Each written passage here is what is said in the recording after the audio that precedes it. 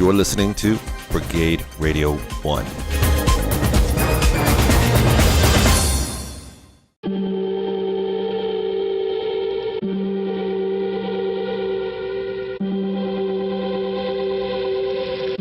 Welcome to the Antisocial Show. They're coming. They're coming. They're coming. They're coming to get you.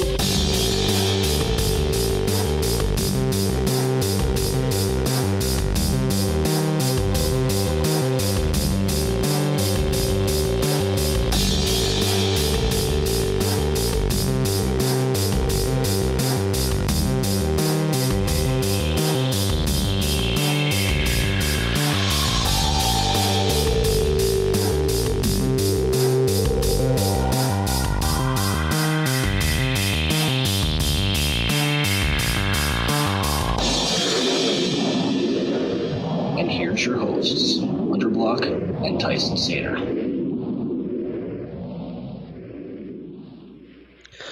Hello, everybody. Welcome to another episode of the Antisocial Show, a show that firmly believes that you don't go telling a Canadian you don't follow hockey.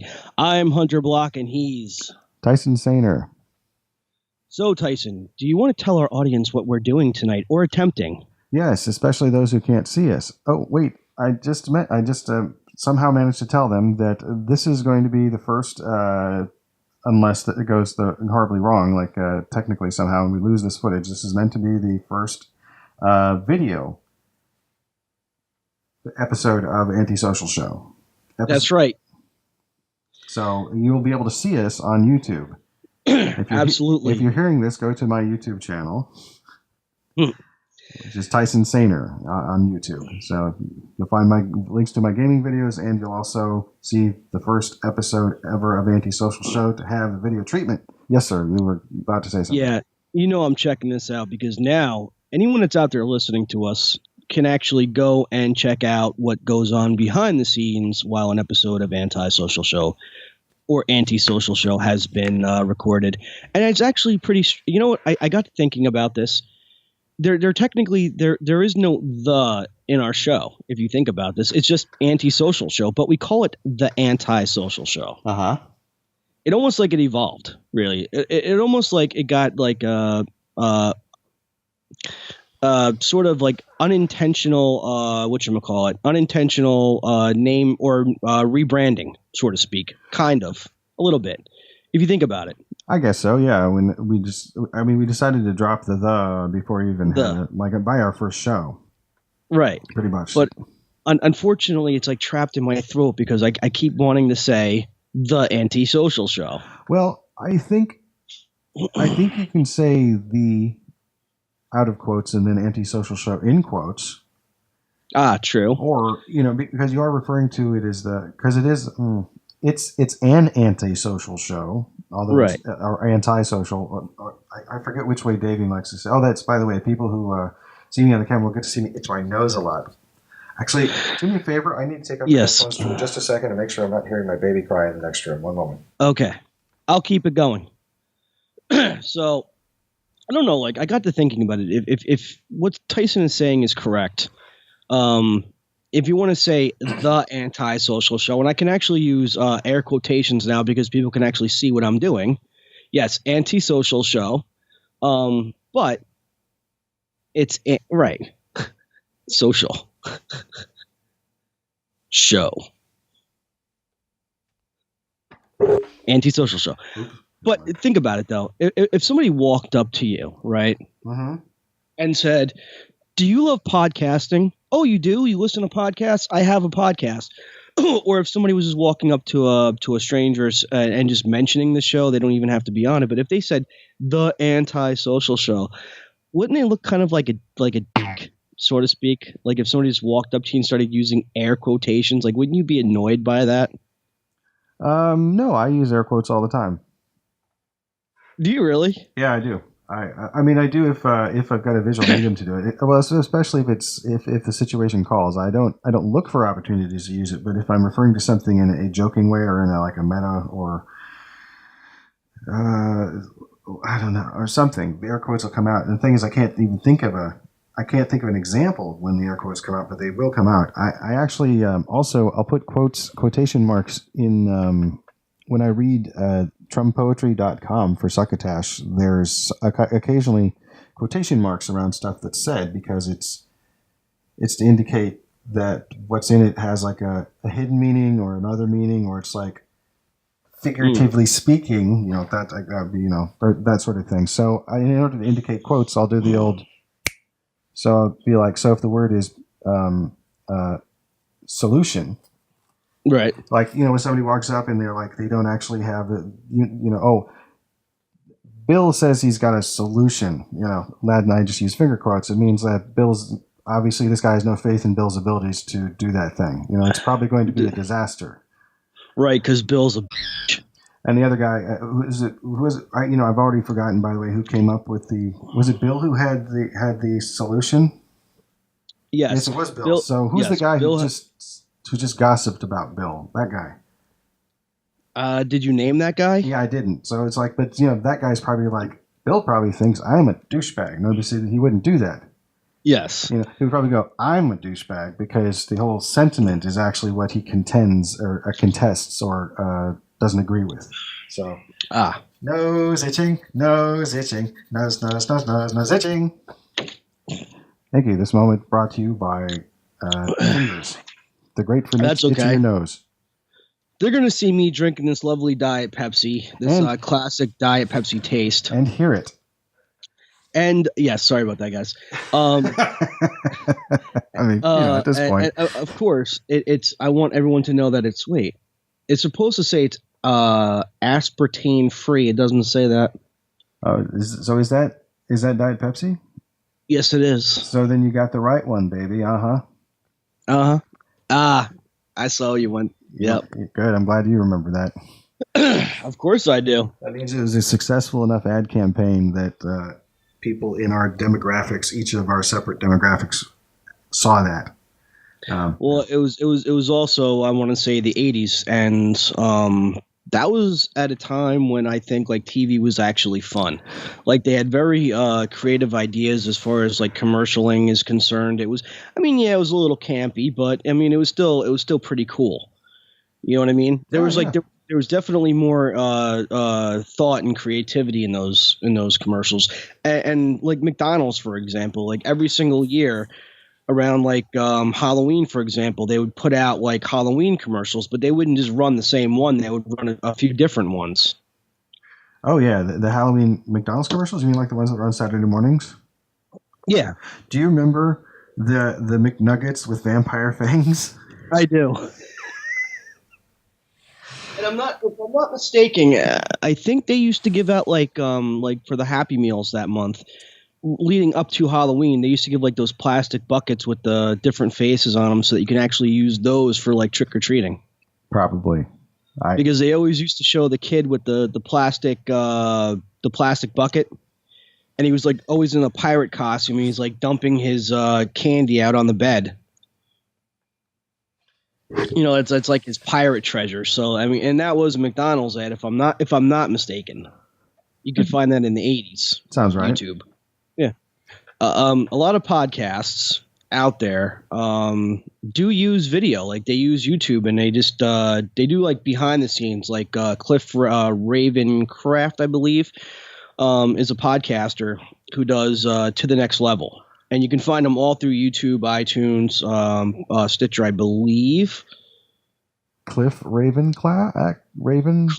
Yeah, they call him the podcast answer man. Okay. Like in other words, this cat teaches upcoming podcasters how to podcast. I'm not sure I've got the name.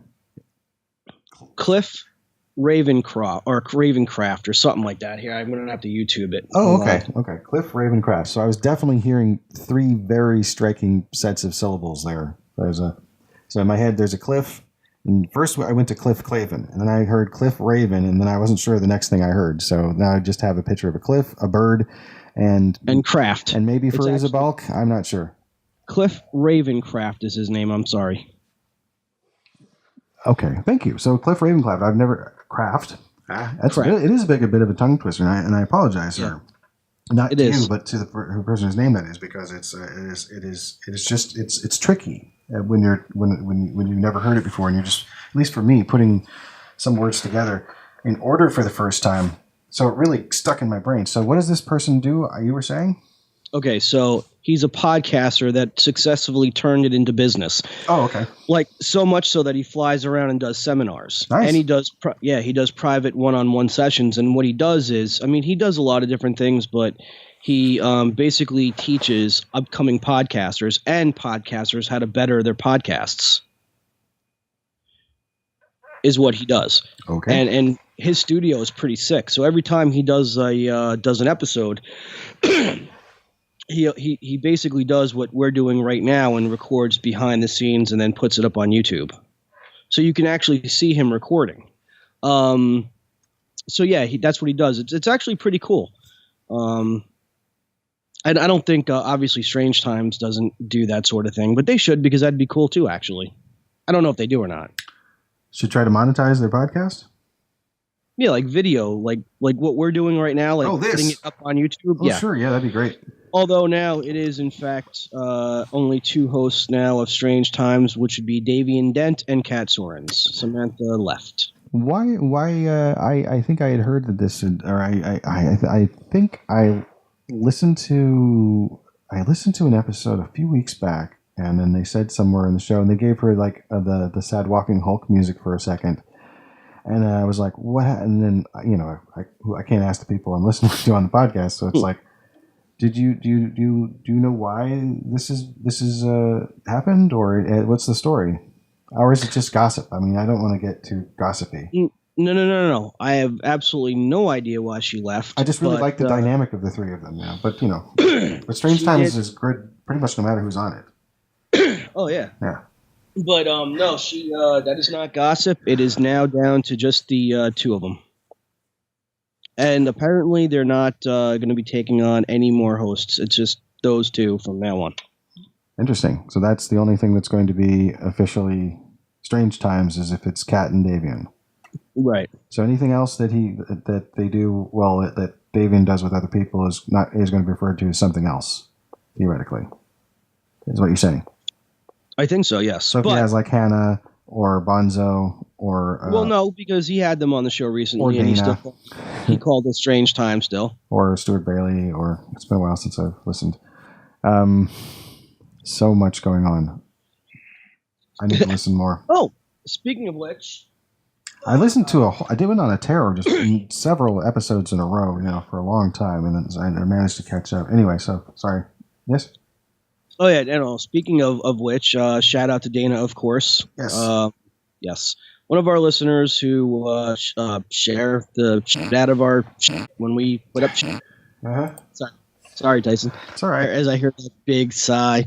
All you're going to hear, ladies and gentlemen, when you hear this is bleep, bleep, bleep, bleep, bleep, bleep, bleep, bleep, bleep, bleep, bleep, honk. Like that. See, yes.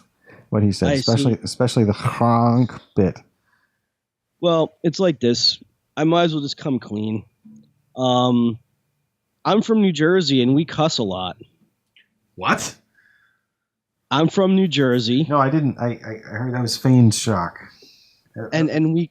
Right. That wasn't I didn't hear you. That was... no, I think you get that. We cuss a lot. It's not like we walk into convenience stores and the clerk says, "Hi, how the F are you?" It's not. Have a nice effing day. No, we don't do that, but we do curse a lot here in this state. It's almost like every other word. Even old people curse in this state. It's just out of control. Well, I mean, as I get older, I do want to curse more. But, What? As I get older, I want to curse more, but I Right.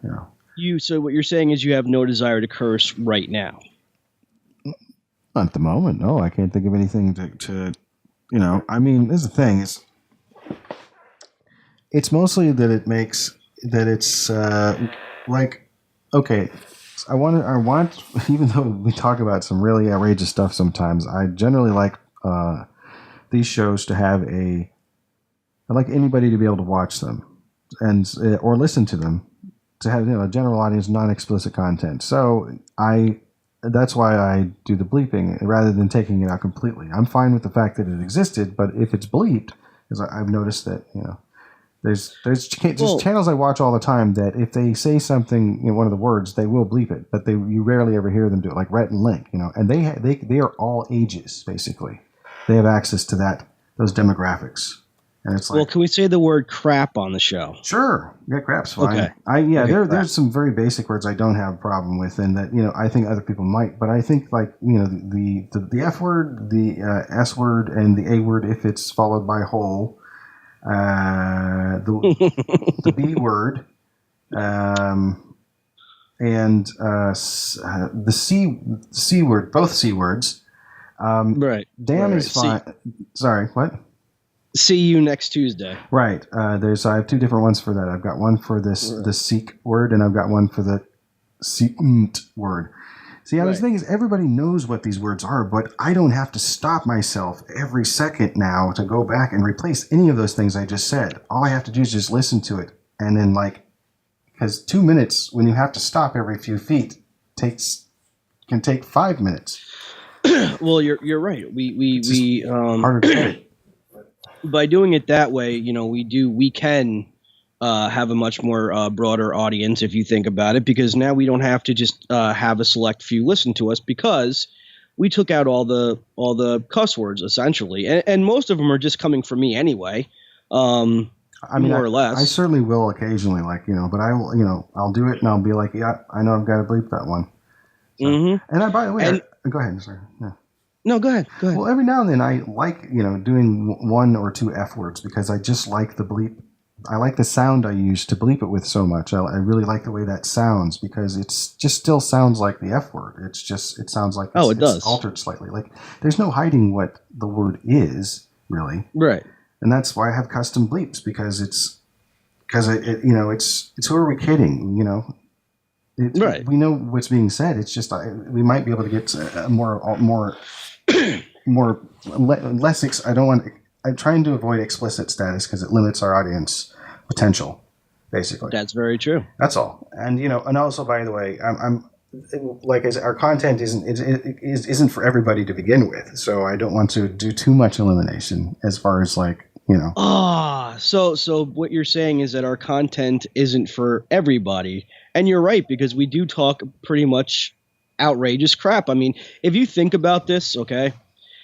Yeah, sorry. So when we agreed to do the show tonight, maybe for the second time that we've ever done this show, so in the history of this show, and basically for the second time, right, I actually had to think about what I was going to talk about, right? Mm-hmm. So it hit me once when I was doing episode 85.9. Is that it? The very last episode that we uploaded, the one I did solo. Oh, it's 68.5. Yeah, 68.5. That's it. I had to think about what I was going to talk about. And tonight, I had to think about, like, for a split second there, I was actually thinking about what it is I was going to talk about. And I'm like, I don't have anything to talk about. Because I thought about it. See? Did you ever do something like a million times and never have to think about it? And then when you actually do think about it, you get confused on how to do it? Yes. That's happened to me tonight. But then once I got rid of that, I said, I know what to talk about. So speaking of outrageous crap, okay? Yeah. And I love conspiracies. Love them. Because what goes behind a conspiracy theory is very well thought out, created bullshit, essentially. I want everybody out there to know and to listen to me and watch my face. The lizard people are not taking over the planet. That's it. That's all I wanted to say. The lizard people are not taking over the planet, okay? We don't have lizard people in politics or religion or some secret underground organization. You're talking about the reptilians, yeah. Yes, the reptilians. I'm familiar with of which you speak. I do know if the gentleman's name is pronounced, his last name is pronounced Ike or Icky. I am not sure. Or Ek. It's Icke. David Icke. Is what I say. David Icke. Might be David Icke. He's the one who has the books about the reptilian people, and I think he might have started that. But he seems really rational, which is Well, yeah, puzzling. He put a lot of thought behind his theory in trying to convince people that the reptilians from another planet are taking over this planet. Well, yeah, because it's something he believes. Exactly. So it's not like he's going, from what I can understand, like I don't know the inside the man's soul and mind, but I don't imagine that he's trying to put one over on people. Like I don't think he's trolling people. I think it's something he sincerely believes, and if he does, then yeah, he's going to put a lot of work into trying to prove that it's true because to him it is. Right. Well, don't get me wrong. I mean, I'm just saying, do I believe in extraterrestrials and UFOs? Of course I do. But not every single one of us who believes in these things are nuts. Right. And I'm not calling him a nut. But I think that's a little extreme. I mean, listen, it is my belief that if there are really, aliens out there who come to this planet, I'd want to stay the hell away from this planet. Like, this be the last place I'd want to visit. Think about that. You have the ability, okay, to use dark matter energy converted into a form of gasoline, basically, or fusion power to fusion your ship. You're going to fly, what, halfway across the fucking galaxy, okay, to come to the only planet in this quadrant, probably, that supports life as we know it. And the way we are, do you think that these beings really want to interact with people like us? I'm sorry, but we're assholes. Maybe it's going to be like that movie Annihilation. Maybe. Did you see that? I did not. It's good. But it's kind of like Independence Day, right? Oh, no? Not at all? No, it's very different than Independence Day. I'm going to check it out now. I'm going to check it out. Annihilation. It's one with Natalie Portman and Jennifer Jason Leigh and Oscar Isaacs. And I can see his face in my mind. Benedict Wong. Okay. Right on. Who was Wong in Doctor Strange. Okay. So there's Benedict Cumberbatch and Benedict Wong. Ooh. Okay. Well, it's like one of those Sergeant York things. Sort of. No, it's where it's just like associate. It doesn't matter. Anyway, did I recognize anybody else in it? I don't think I actually recognized anybody else in it, but I would probably recognize them again if I saw them. They're just new faces to me. But yeah, it was really effective sci-fi horror thing, and it's very different than your standard alien or extraterrestrial type movie. I felt it was pretty. I hadn't seen anything like it before, so it doesn't mean it doesn't exist. It just means that's my first experience with it. So, and all the effects are very naturalistic looking. Like, did you ever see Ex Machina? No. With the robot? Okay, lady, there was, it was just everything, like, the effects look very, like, organic. They're not shiny and anything looking. It's just, like, it looks like it exists in the world. So, like, similar kind of experience as far as the effects go. They just live in the world. You don't look at it and go, I'm looking at an effect. You look at it and go, oh, that looks real. It's really well done in that regard. So it's not distracting.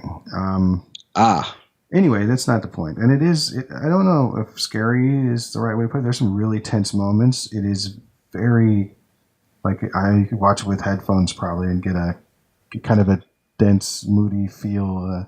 A dense moody feel. Moody feel, like a moody. Yeah. It's good though. It's really well made, and I actually kind of want to watch it again before next week. So I might just do that. Underwear. So doing something without thinking about it. Were you? Did I? Was it? Yeah. That's why I came up with the whole concept of telling people that the world's not being taken over by reptilians. Is because right. So that right. Well, I don't want. Yeah, I'm trying to convince people that the reptilians are not taking over the planet. Okay. So then you started talking about annihilation, and then of course I was gonna end it with flat earthers. Okay. Oh, okay. the Earth is not flat. I mean, if you think about this, this was something that Christopher Columbus was arguing back in 1492, that the world wasn't flat, it was round. And now we're in the 21st century, and people still believe that the Earth is flat. I mean, it's it's the thing about a conspiracy is that there's some really interesting arguments that support the theory. Well, I mean, But I have a theory then. It's based on a lot of. You have to assume that NASA is lying, basically, and then it's part of a conspiracy to deny the existence of God. That's essentially very true. that's essentially at the center of it. Yeah, pretty much. Correct me if I'm wrong, people, but I'm pretty sure I'm not. I have my own theory right now. About flat earthers? No. Okay. Well, they're just part of it. Okay, people that are believe that the world is flat, being taken over by reptilians, people that deny the existence of dinosaurs, like dinosaurs never happened. Oh, sure. Yeah, I don't know. People who ignore science, basically. Yeah. Yeah, people who basically ignore science. Yeah, it's a tough issue, because life is complex on the inside of some people, Right. But not only that, but like all the weird social trends, like people that now identify with inanimate objects. I mean, people are marrying inanimate objects too. I mean, so here's my theory with all this crazy nonsense: is that there's something wrong with the drinking water. Could be. Yeah. I think they definitely did something to the drinking water. Who? Because I bet you the government. Oh, they. I bet you any amount of money. Okay. I'm listening. That all them weirdos, okay, drink out of the tap. Out of the tap? You mean they drink tap water? Yeah. Oh, so you don't drink tap water? No. You drink out of the hose? No. In the backyard? Did you ever when you were a kid? Oh yeah, when I was a kid, obviously, but I mean, hose no, water I have. was good. Sorry. It was especially on a hot day and it came out cold. Sorry, go ahead. Yeah. You got that right. No, I have a refrigerator that basically filters water from the door. Oh, I just nice. put it up against a thing, comes with like crushed ice too. That's how I drink my water. So very limited exposure to tap water. If I do consume it, it's just to take my vitamin. That's it. My household had a multi-pure unit from very early on, like somewhere in the 80s, I think, and that would purify water as it went through the tap. So yeah, but if you think about it, right? Like it would go from the tap into the multi-pure and then out a second spout, and then you'd put your glass underneath that spout, and that water would be purified from the tap. That's what I'm saying. Sorry. I've seen those. Yeah, which yeah. are pretty cool. Yeah, they have a filter in them. It's like that the filter needs to be changed. Yeah, so if you think about this, right? Mm-hmm. If you wanted to do something messed up to the American public, that's how you would do it. Oh, through the drinking water. Yeah, sure. Right. Put it through because if you think about this, I mean, maybe this is like a government like secret experiment, and that's why everybody's like acting crazy, is because they're like, okay, let's see what happens if we put some type of drug into the drinking water and then stir up some, you know what I'm saying?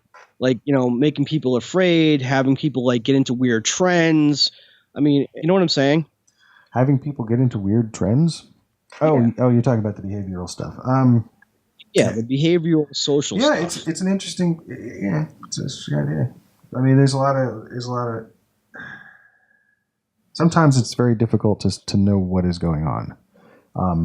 Other times it seems clear, and that's just the way it goes. And it'd be nice if everything was that made sense all the time, or maybe it wouldn't. Maybe that's hell. Who knows? Is everything making sense all the time? Well, I still say they put something in the water. All right. Now, is that the same thing in everybody's water, or? Yes, the same thing in everybody's water. Well, didn't they used to put, or they didn't they used to? I think they do in places put like fluoride in the water, and like people. Do. They were saying that there were people that believe there's a conspiracy that fluoride, if you ingest it in your water, it makes humanity or makes the population docile and easy to control. The thing is, That's what they said. I don't know if the health effects of fluoride in that regard have ever been studied or debunked or not, but I don't remember hearing that theory. I think I heard Bill Burr talk about that theory at least once, but I don't know if he talked about it as somebody who believed it or as just a theory that he found interesting. Well, here's something crazy, right? So my hometown, which happens to be Jay Muse's hometown, didn't have fluoride in the water. Okay. Oh. So because of that, not high school, but like grades 1 through 4, I believe, and even like maybe 5 and 6, I don't remember. But the nurse used to come in with a cart with little cups fluoride cups. Yep, and we were required to gargle with it, spit it back into the cup. Strengthens the enamel on your teeth, I believe, was the thing. That's what they used to say. Yeah. But so we did the fluoride rinses too when I was in grade school. If the theory is correct that they're using fluoride as some type of mind-controlling drug or whatever it is that fluoride is supposed to do, right? In the places where it didn't have it in the water, that's why the nurse was bringing in the little cups, because she was she was part of the conspiracy. All the nurses and the schools were part of this conspiracy, if you think about it. Wow, that's heavy, man. I know, isn't it? It's something to think about. Something. Or maybe we really are in the Matrix. Well, how crazy would that be? If we were in the Matrix, well, I mean, at this point, it wouldn't be that surprising. Because I remember, like, immediately after seeing that movie thinking, yeah, that's probably what's going on. And then, like, having to kind of shake it off and go, no, it's not that simple.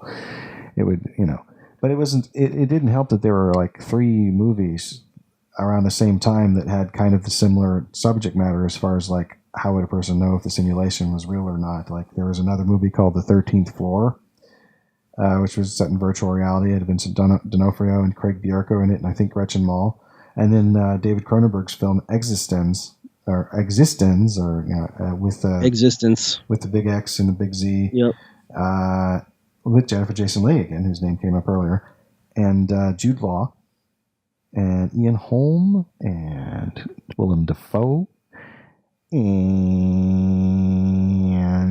I'm drawing a blank. Some of the finest character actors that we've ever seen. I know I'm missing somebody in my head that. Well, everybody's great in it. As a point, it's such a strange movie, but not not inaccessibly strange. So, seen it a few times. Here's what's gonna blow your mind. What would you think would happen to the population as a whole, right? If everybody suddenly realized that they were in the Matrix, like all at once, like every single person on this planet just had an instant awakening. Like they're still trapped in the Matrix, but they knew they were in the Matrix. Like all of this was not here. Yeah, like a big group woke. Well, I mean, did you ever see any of the animated features that were set in the Matrix universe, like the Animatrix? No, I did not. There's a really good one I think it's called World Record, and it deals with the idea of what happens if just one person kind of wakes up accidentally. So I would imagine it would be like that, except on a mass scale to where I probably wouldn't be able to be contained. I'd actually be willing to sit here and have you watch that. Let me see how long the runtime is on it. Because that might not be feasible, but I'd be doing a lot of editing anyway. So I mean, not a lot, just significant types of editing. All right, let's see here. World record. Anyway, you can have a look at that later if you like, or now, and then it could just cut around. What is this? Oh, that's cool. I have an episode I have a couple episodes of Tyson Saner Gamer coming out, or they might already be out by this point. One of them is playing Don't Starve, and another one is playing Lego Star Wars The Force Awakens.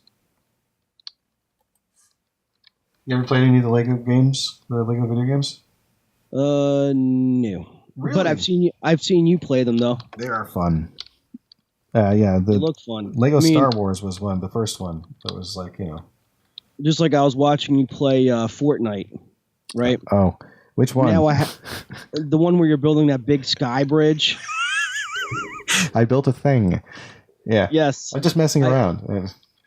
I have to play that game now. Like, you don't understand. Like, next time I go to GameStop, I'm buying it because but by watching you build that thing, like that bridge, I want to build that bridge now. I mean, when I played that, and when I did my original video of that, where I'm actually in Battle Royale mode, both those modes are free to download, so they should be free on PlayStation Home. If you want, there's a full version of Fortnite that has a totally different game mode that costs money, but what I was doing was free, so you could totally play that like tonight if you went and got it from this, I believe, the Battle Royale mode, and then I was playing practice mode when I was building this stuff, and that has no foes or anybody. It's just a map, and you can explore it and figure stuff out. Nice. Yeah. Now, can you get it on PS4?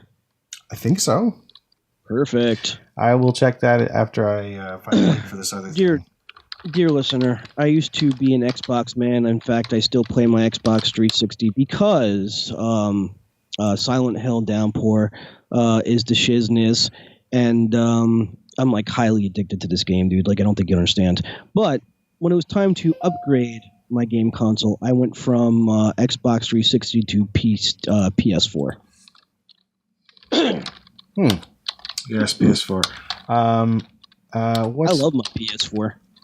I'm looking forward to playing a game that was the series. I think mostly was exclusive to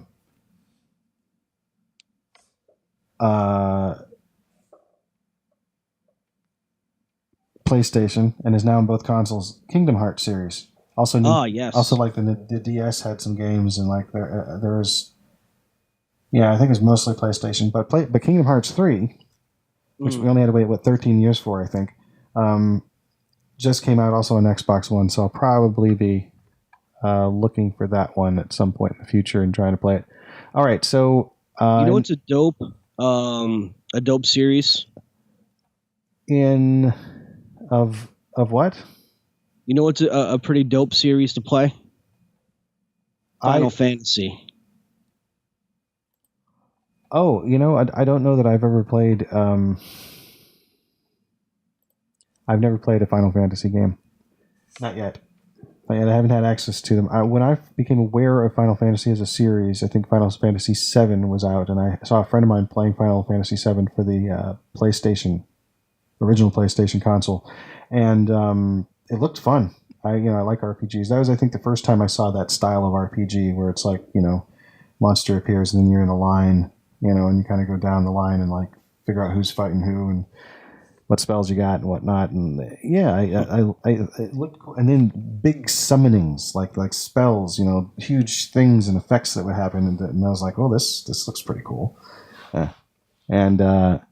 So, but other than that, though, the closest thing I've done is there's Crystal Defenders, I think it's called, which is a tower defense game set in the universe of Final Fantasy. So I like tower defense games. I didn't know I liked tower defense games until I discovered that one. Okay, so I'm going to send you a link to this. This is actually only, let's see here. This is less than 9 minutes long. So I'll probably, I'll cut out most of your listening to it, but this is something that like I really think you would dig, and I think everybody else would too.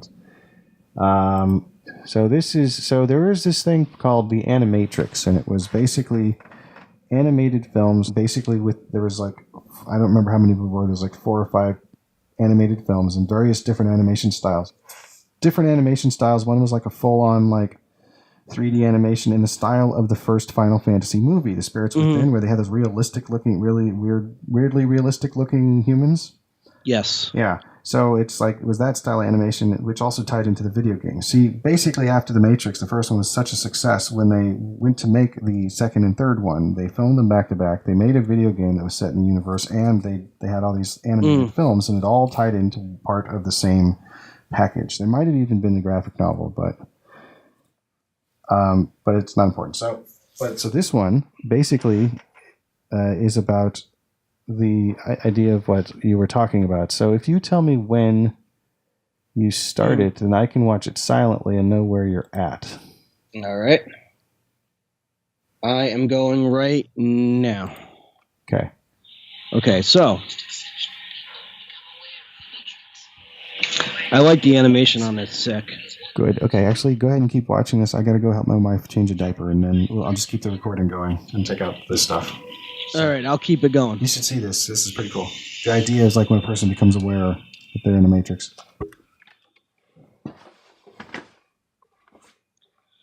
All right. Ladies and gentlemen, you have me for a second or two. I am watching the Animatrix World record. And the animation's pretty sick on this.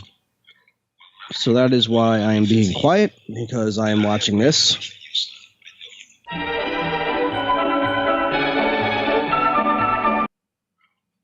So my question is, this is basically the Matrix is what they're in right now, right? Like this world right here? Okay. Yep, just another corner of it. A different corner than Mr. Anderson's. Oh.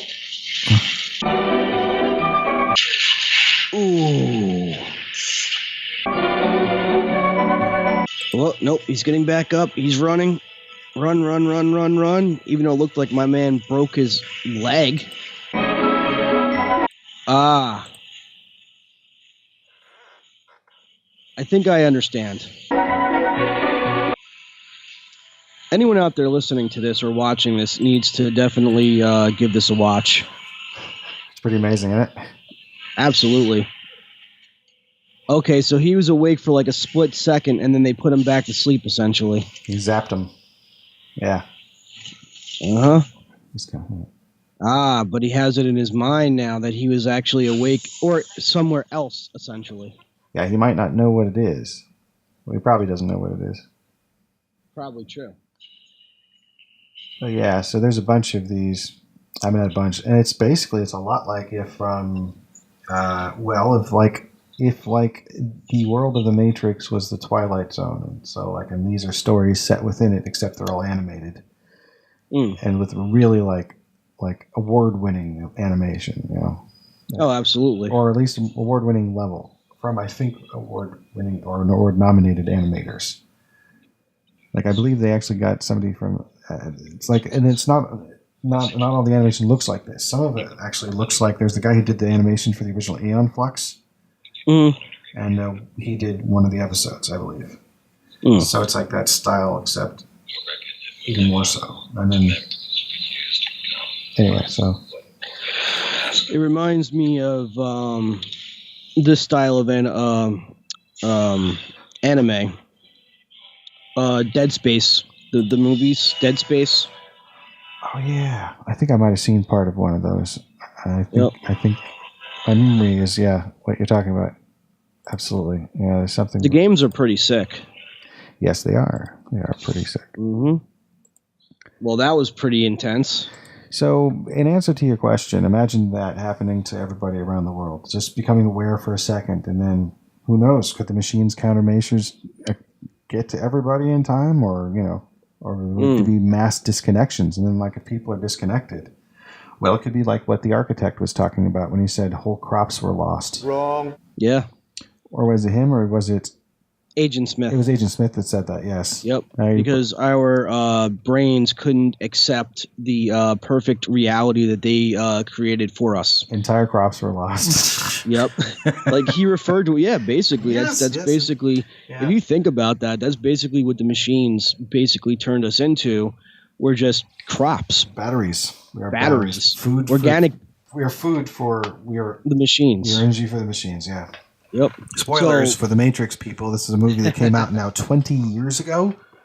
Mm-hmm. This year. Well, I mean, if you think about it, though. 20 years ago this year. Just think about that. Think about how much time that is since that amazing film came out. Go ahead. Yeah. So if you think about it, obviously the machines had created a computer world, basically like a prison. Mm-hmm. So we go about our day not knowing that back in reality we're living our lives in an unconscious state, and they're just sucking our energy. And when we die, they'll just liquefy us for the newborns, essentially. To feed the newborns, yeah. Yeah. That's and also think about this though. So you're in the Matrix. This is the Matrix, let's say, right? Mm-hmm. And you're a person that's like has like $40 billion and all this like accomplishment, let's say, and then you wake up in reality and realize you have nothing.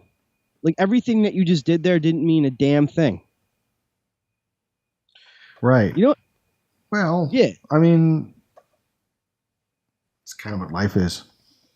I mean, you know how bad that would screw at your head? Oh, well, I mean, assuming that, I don't know, I think it would, yes, it would screw with my head a great deal, but I'd be so grateful to be alive, I think. Maybe. I think I'd so be let's see. To be alive. Yeah, but think about that, though. Now you have to sit there and really think about this. So in the Matrix, okay, you have $40 billion, like this mansion, this castle-style mansion house, whatever. Mm-hmm. You have a smaller mansion in, let's say, Bermuda. You have a bunch of cars. You're living the life. Like you own some restaurants and, whatever in the Matrix. Okay. You could do basically anything you want in the Matrix because you're a billionaire. Like the world is yours. Right. Okay? Right. I'm on Lifestyles of the Rich and Famous. Or, right. or at least my property is.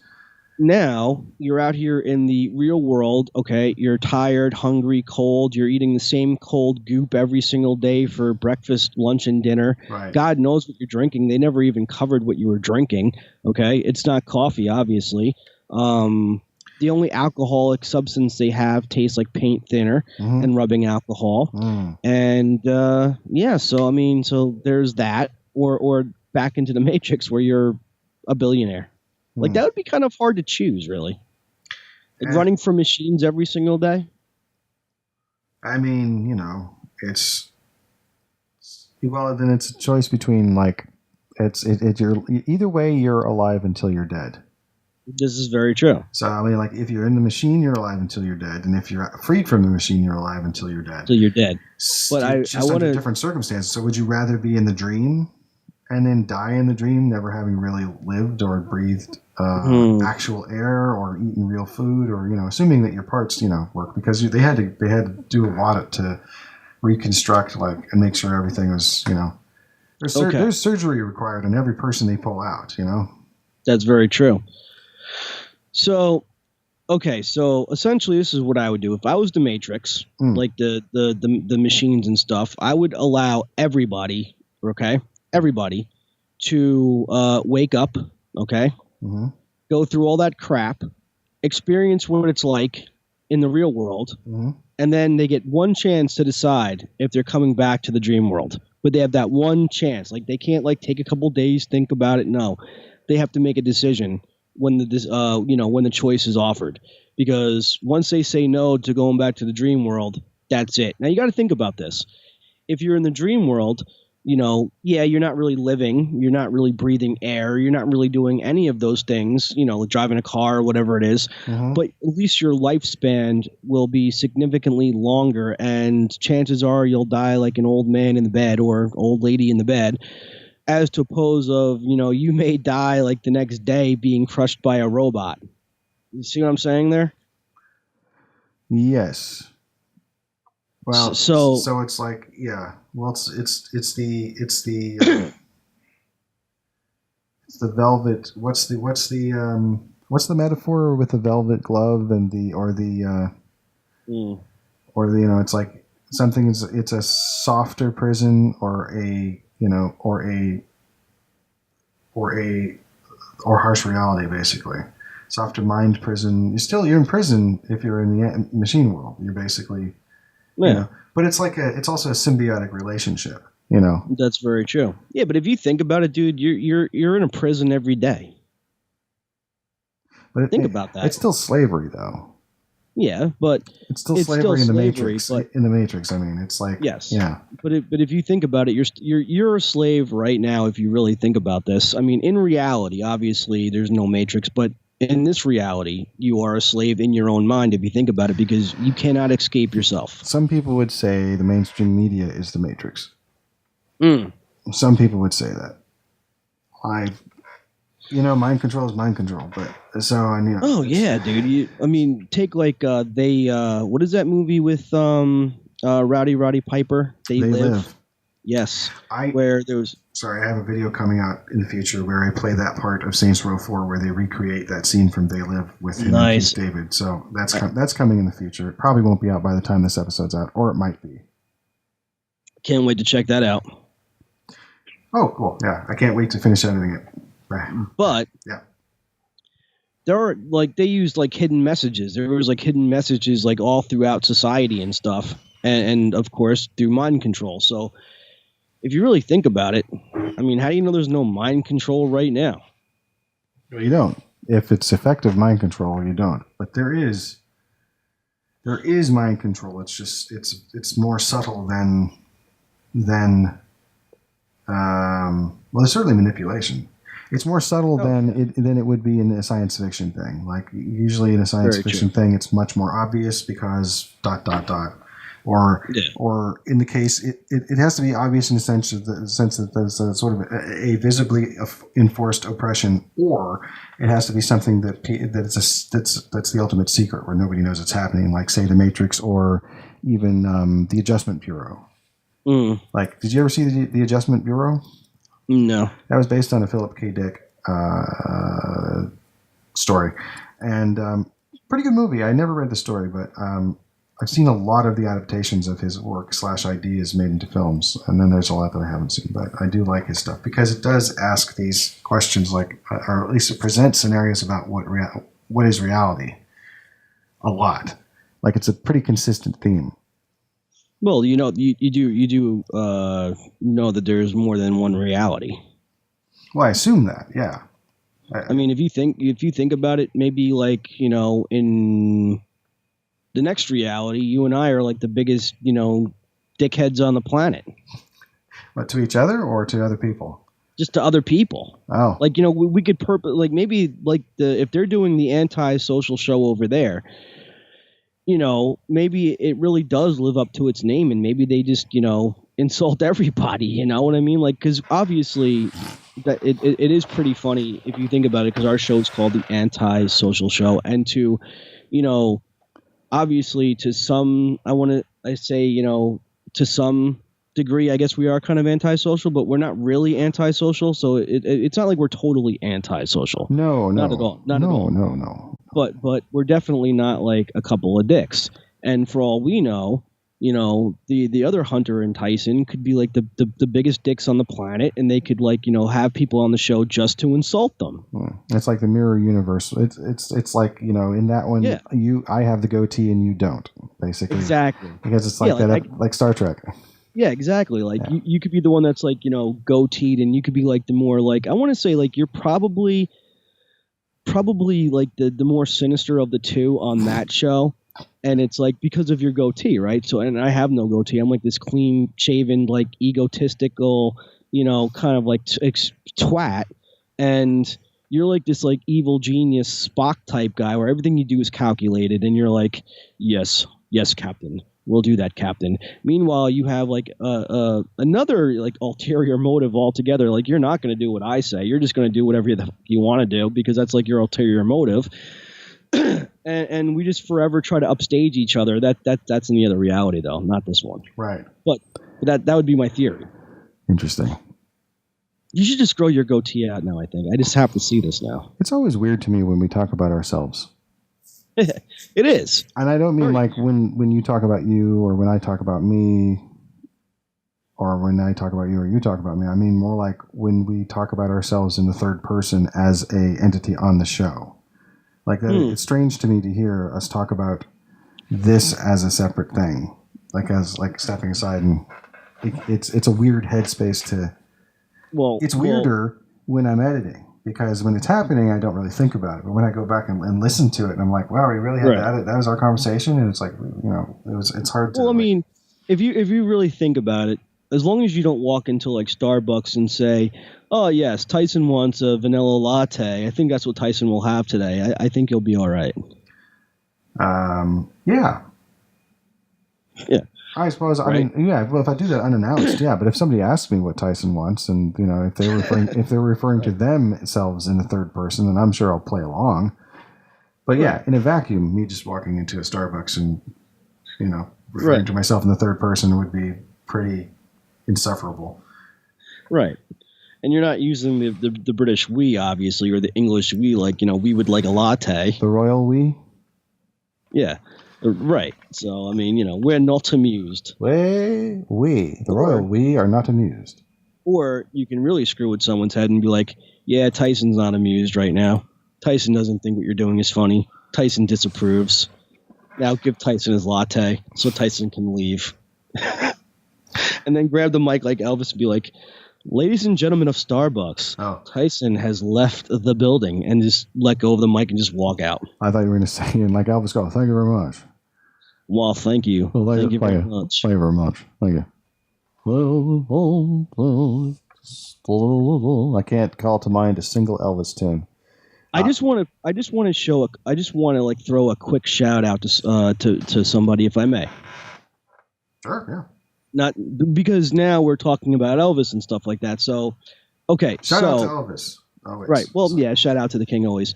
No, there's a group of people that I want to thank, and that's Tupac fans. Okay. I'll tell you why. Think about how many Elvis impersonators there are out there, okay? And all the conspiracies that Elvis is still alive, and they seen sightings of Elvis. A few people even called into talk shows and claimed they were Elvis when they really weren't. Okay. Now, to some degree, everyone thought that Tupac was still alive. Okay. Yeah. But that was quickly, obviously, dismissed. But so I want to thank them. Okay. I want to thank them for not having any Tupac impersonators. Or people running around dressed like Tupac, trying to say, "Hey, look at me, I'm Tupac, I'm still alive," like that sort of deal. Like, so I want to thank the Tupac fans for never doing that, and for accepting the fact that Tupac is dead. Do you see why white people are crazy, though? So I just wanted to thank the Tupac fans for not, participating in that crazy nonsense, because, like I said, Elvis is very much dead. Yeah, as far as we know. Yeah, he's buried at Graceland, I promise you. Excuse me, I should not be clearing my throat. But yeah, getting back to you, though, that's what you could do. Like, you can give up the mic and just say, Tyson has left the building, and just walk out. Well, I very much. But you're not using, you're not walking around, referring to yourself in the third person. So I think that's okay, though, if we do it on the show. Now, would this alternate universe version of me talk about himself in the third person? Not at all. Now, the alternate version of you in the other universe rarely ever talks. Okay, and if there was, like, let's say, violence to beat people up in this other reality, like, you wouldn't like just walk up to someone and just like punch him in the face or kick him or nothing like that. I picture you literally putting someone in a chair and finding new ways to torture somebody, because you can't use the same the method every time, so you get creative with it. Oh, yeah. Well, I mean, first you got to decide that first way you're going to torture somebody. I mean, right. And before you can come up with, like, different ways, because it's like, right. It's like, right. I'm at the point where I'm going to be torturing, what do I want to start with? Right. No. There's reasons why your alter reality self is torturing people, not just taking people from random and just be like, right. I'm going to, like, pull their fingernails off, or, drive 9-inch nails through the top of their hands into the armchairs, nothing like that. Right. But screws. There are thumb screws, yes. But there are times when alternate reality Tyson with the goatee, and I'm thinking like jet black hair combed back, maybe. Or long hair, doesn't really matter. But yeah, from time to time you do actually have to pull somebody in and give them a right torture. Right. So now, what is the aim of am I doing it purely for fun, or is it to extract, like, information? Like, is it interrogation torture, or is it just? Oh no, it's purely for fun. Just sport. It's just sport. Oh dear. Yeah, because yes. So I'm thinking, like, because I don't know about you, but I have to work my way up to doing a show every day or every time we do an episode. I have to like not say physically prepare, but like mentally prepare to get on and entertain, if that makes sense. Sure. So yeah, preparation. So right. So that's what the alternate reality Tyson's preparation is. He just sits there and he just like tortures people because, again, in that reality, torturing people is not against the law. Oh, okay. So it's also not against the law. Well, if it's not against the law, then how could he even feel bad about doing it? Well, you don't feel bad about doing it. He wouldn't. But no, he wouldn't feel bad about it. But I would. Here's the thing. This one would. So yeah. You would. I would. That one doesn't. That one's like more like, I don't know how to like really describe how the other one is, but let's just say he's kind of like, he's kind of out there, but he's intelligent. So he's an intelligent psycho. You see? Mm-hmm. Well, the thing, yeah. So if he's just doing it for fun, then it's not like it would be like a Bond style torture, like when, right. Like when Mads Mikkelsen was swatting Bond in the testicles in Casino Royale. Spoilers. That was actually, I think, for information or whatnot. That wasn't like just picked up this guy and deciding to torture him kind of stuff. Right. Now here's the kicker. In that other reality, I said it was legal to torture somebody. However, it's still illegal to kill them. So as long as you don't kill this person, it's okay to torture them as much as you want, as long as they don't die. Eek. Well, that's an interesting line to walk.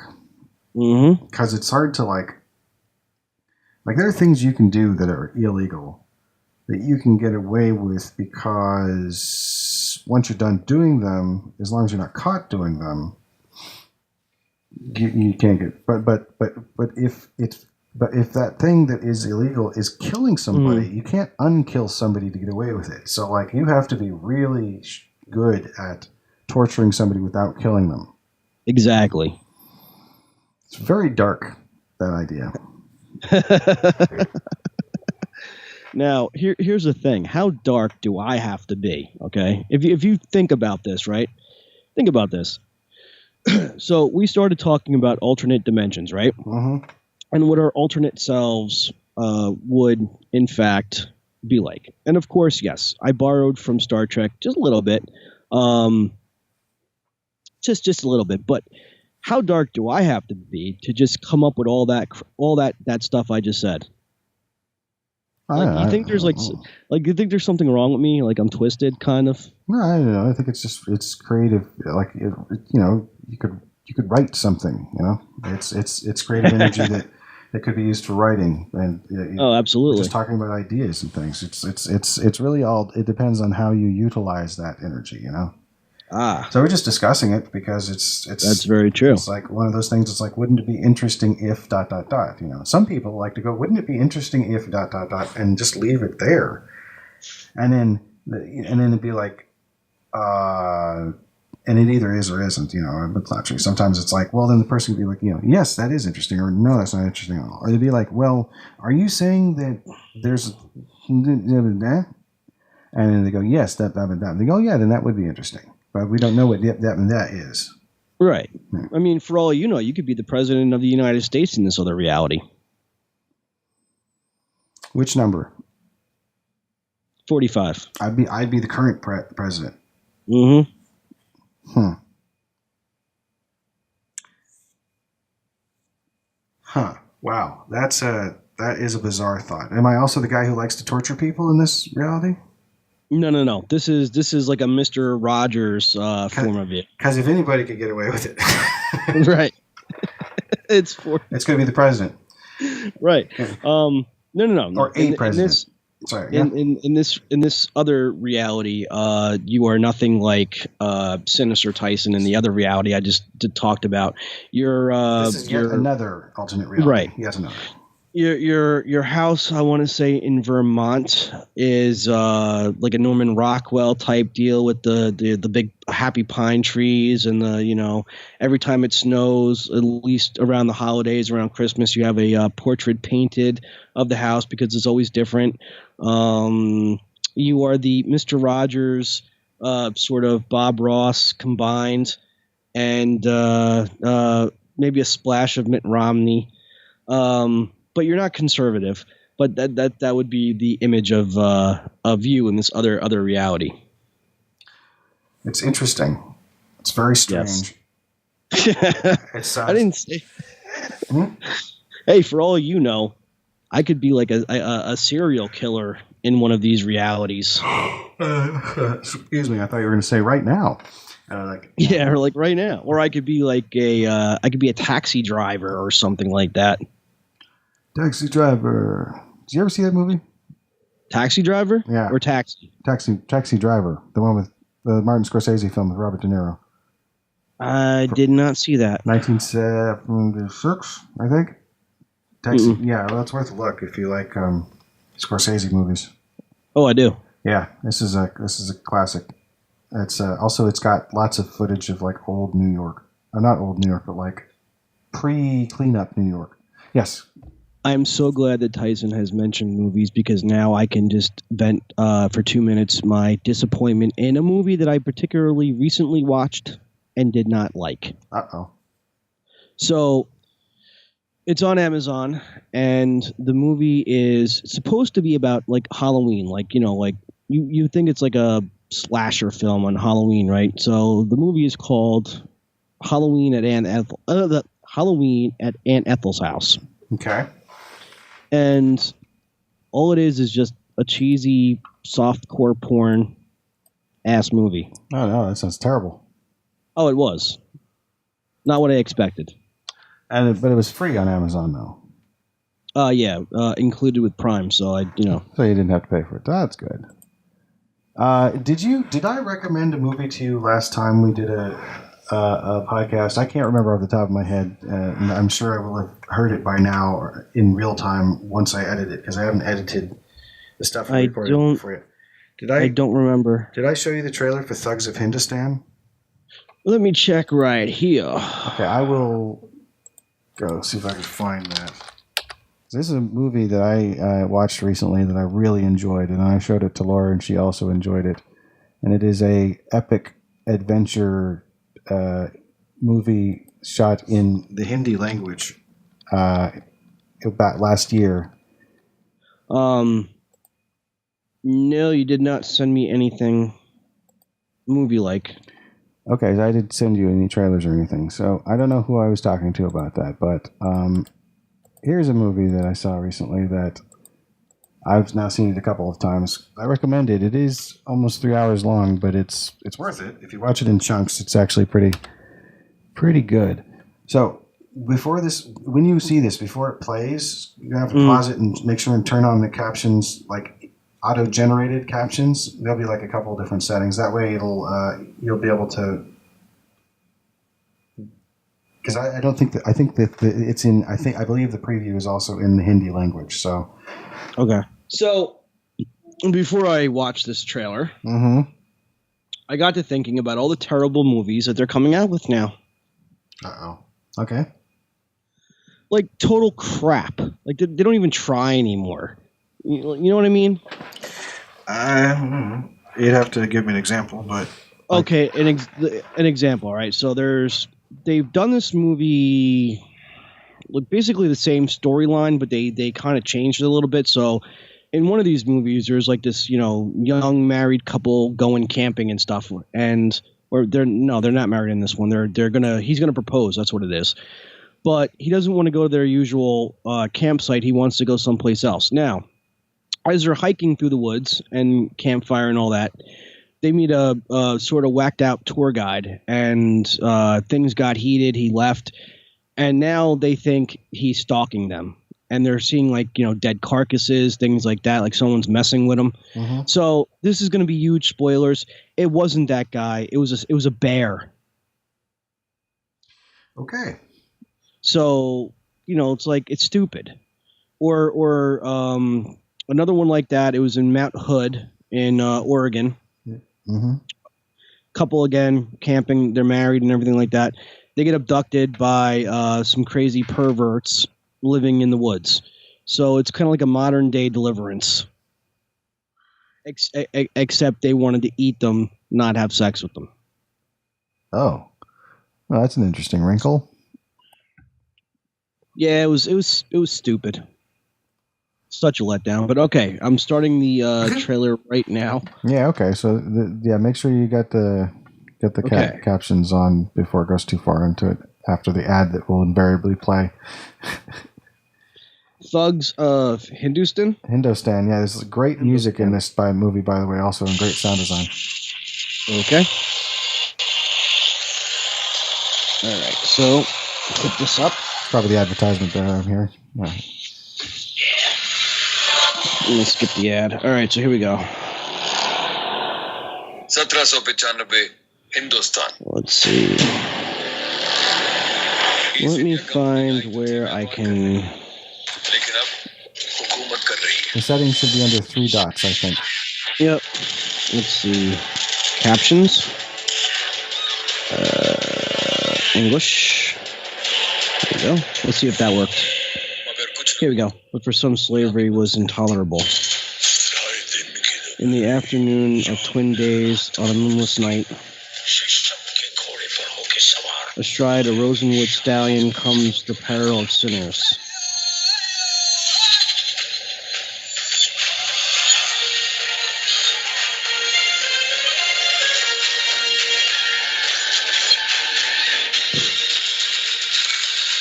Now, is this a trailer for a game? No, this is a movie.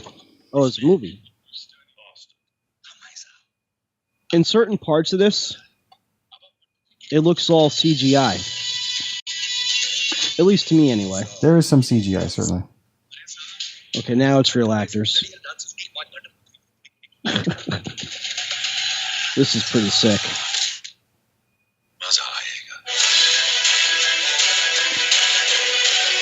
Where can I see this at? Amazon Prime. Nice. If you do... Sorry. I'm totally watching this. If you do watch the Hindi version, because there's also a version that's in the Tamil language and the Telugu language, but Hindi is the language that it's shot in, so the lip sync for the foreign language matches up. And you have to watch it with subtitles because it's a subtitled movie, but with little bits of English thrown in it, but not enough to really put together a... Sorry. Pan's Labyrinth was subtitled. Yes. That was an amazing film, by the way. That was a great movie. Yep. Yeah, this is sick. I'm watching this. Yeah, it's worth it. Yeah, the East India Trading Company are the bad guys. Of course. They were in Pirates of the Caribbean, love. Yeah. So, you'll probably appreciate that. It's funny because it's got a lot of stuff in it where it's like, oh, you sort of recognize elements of it from other movies, but it doesn't really matter. And then there's also, surprisingly, there's music in it. And I don't mean like score. I mean like, I don't know how, like, it's a surprise. But yeah, if you get a chance to watch this one, do your favor, watch it with headphones because the music throughout it is really good. Nice. And it's also quite funny in spots too. Like there's a lot of humor in it. It's not really a comedy, but it looks really dramatic. There's also there's a fair amount of drama. So it's like it has a really dramatic opening, and then like it's just it's a fun story, and it's got great swashbuckling in it. Very little actual blood, but still a lot of cool camera work and interesting stuff, and good songs too. There are good songs. It doesn't really need a lot of blood. I mean, if you think about it, I mean, if you shoot something just right, it works. Like you can convince the audience that what they're not really seeing, they're really seeing. Right. Also, this one would probably be not R-rated, so you'd be able to, so people of the wider audience demographic would be able to enjoy it theoretically. Although not very many people saw it when it came out last year. Like very few people saw it. Yeah. It's strange. It's going to have a cult following. Like if you think about it, like who's that actor, Frank Langella? Mm-hmm. When he did he did Dracula on stage, so theater, but then he took that very same storyline, now turned it into a movie. Right. And when it was out, it came out at a time again when slasher films and hardcore horror was like really at its peak. So it did poorly in the box office, but now flash forward, so many years later, it has its own cult following. Yeah. So it should be. So maybe this movie will, give it like a few years, will have its own cult following. I think it will. I don't, it's hard to predict that sort of thing, but it feels like I feel like this movie is basically a hidden gem. Like, if you think about it, how long has Xena, Warrior Princess, been off the air? Off the air? Yeah. When did it go off the air? Let me see if I can guess. Was it in the early 2000s or the late 90s? Let's find out. Well, okay, I thought you knew. So I'm going to say no. I don't have the. I'm going to guess 2002. Yeah. No, okay. I'm going to guess 2001. See, well, because I remember Zoe Bell was Xena's double, and was in that documentary Jeannie Epper, Wonder Woman's double, called Double Dare. I really like this documentary about stunt women. And Kill Bill, she was a stunt performer for Uma Thurman in Kill Bill, at least Kill Bill Volume 1, for like the big fights and stuff. So that movie came out around 2003. So I think Xena would have had to have ended between 99 and 2003. So maybe between 99 and 2001. That's my guess. So it aired for the first time September 4th, 1995, and it ran until June 18th, 2001. There you go. Okay. But my point though is that it's been off the air for so many years, but yet it has a cult following. They have Xena retreats and workshops and all kinds of crazy stuff. Oh, I hear it's a good show. Yeah, so it has its own cult following. Sure, yeah. Well, this is one. Hercules. Sorry. Before Xena was Hercules. Oh yeah, that's right. Xena was a spinoff of Hercules, wasn't it? Yeah. Cool. Yep, but there's no like Hercules retreats. Strangely enough, I don't think there's even a cult following for it. Well, I mean, not that Kevin Sorbo played a bad adaptation of Hercules. I watched the show, I liked it, but for some reason there's no cult following.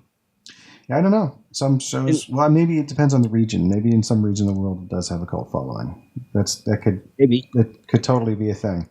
Like the El Santo stuff is really big in like luchador wrestling from Mexico or Spain. Yeah, Mexico. Yep.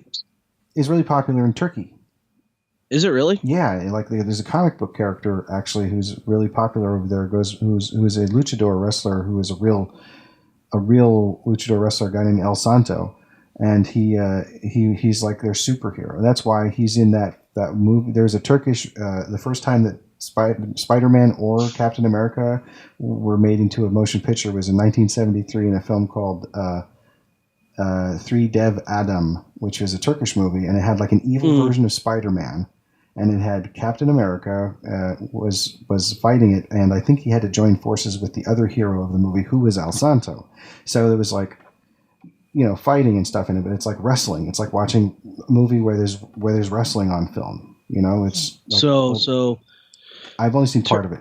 So go ahead. So Turkey took some Marvel properties, some Marvel characters, and then put it with a wrestler, and basically just clashed them together. A wrestler who was a comic book hero. Comic book hero too. Can't forget that. In Turkey. Yeah. Okay. I mean, I've seen weirder stuff in Japan, so I mean. Sure. Yeah. Oh, yeah. I love that there's cross pollination of culture with pop culture. Oh yeah, yeah, absolutely. I mean, because if you think about like pop culture in Japan, it is bizarre. Lots of it is, yes. Like one of the bizarro things that they did was, if you remember that trend, bagel head. Yeah. Bagel. Yep, where people would get what's that stuff? Silicone? I think it's silicone. Yeah, I think that's what they put in, or something like. Or maybe it's I think it's a saline solution because saline can absorb, and silicone is poisonous. Okay, so they were getting their foreheads injected with a saline type substance. I think so. To basically blow up their foreheads and then having like their thumb pushed into their foreheads to create a bagel effect. Yeah. Yeah, it's we've talked about that before. It is a bizarre thing. So yeah, Thugs of Hindustan. Do yourself a favor, see this movie because it's Absolutely. it is worth watching at least once, and you don't have to watch it all at once, but you might want to because it is pretty captivating. And then like stuff will happen that'll be unexpected. There's a lot of twists in it, and I would love to hear what your take on the movie was. I'd love to do an entire podcast just talking about, well, maybe not an entire one, but a big segment talking about the film if we both have seen it. So tell me the next time you want to record. Uh-huh. I'll watch it beforehand or way before then, and then we could just have like a big segment talking about it. Sure. Well, tell you what, just watch it as soon as you can, and then we might be able to do a recording by next week. Okay. Because people wouldn't hear it for like a month and a half from now, but it still would be something that, could be taken care of, and that'd be cool. Yeah, if you have time, because that's the thing. It is a long movie, but I think it's worth worth watching at least once. I will definitely check it out. Cool, thank you. All right, so probably this week or beginning of next week, I'll watch it. Cool.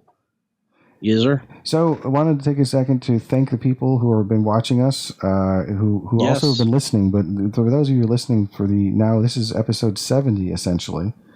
Essentially. Yeah. And this was behind the scenes of what it's like to record an episode of Anti-Social Show. Right. So we might do this again, or this may be the way that we do these shows from now on. If I'm certainly cool with it. Okay. So we might do that. We'll find out if people are into that in about a month from now. Is my guess. It is the day before Valentine's Day. It's February 13th, 2019. Right now, as we're recording, it might be, I don't know, it might be March something by the time people hear this or see it. Yes. So next time we do a live episode of Anti-Social Show like we're doing now, I mean, I'm going to rock out my Anti-Social Show shirt because honestly, it's so friggin' cold out there. So I've been like getting an opportunity. Yes, Tyson is wearing the awesome gear. Gear like that will become available in the future, of course. We will let you know. Thank you for having this one made. Oh, you're welcome. You're welcome. And the one that my wife has. So on her Instagram. That was a pretty cool picture. So if Davian Dent of Strange Times, if he does take a listen to this episode, and not that I already told him, I have his shirt. They sent it back. So in other words, I shipped it out, and they did tell me, like the post office did tell me that it could take weeks to get from here to there. But no way to track it once it leaves the country. Like once it gets into the hands of the British post office, however they do that, there's no way to track it. So okay, I shipped it off and told him to contact me when the shirt came. Okay. So weeks and weeks and weeks and weeks and weeks and weeks. Yeah. I go to open up the mailbox, and lo and behold, they sent it back to me. So his shirt will be sent out. Okay, it's good to hear. Again. Well, let's hope that happens, and then maybe we'll get to great to do another episode with him if he's up for it. Absolutely. Yeah. But it's a real sad thing. I mean, we could still have her on the show. I mean, it doesn't matter. But Samantha Pett, she was the only one of Strange Times that we never got on the show. It's true. Well, and now she's not even on the show. I'd love to have her on the show anyway. We can talk about the Kimchi Chronicles or any other projects that she's currently doing, or anything really. Yeah. That'd be great. All right. Well, that's about all the time we have for Antisocial Show. I'm Tyson Sainer. And I'm Hunter Block. Be decent to each other. Absolutely. Peace. Peace. Have a good time, folks.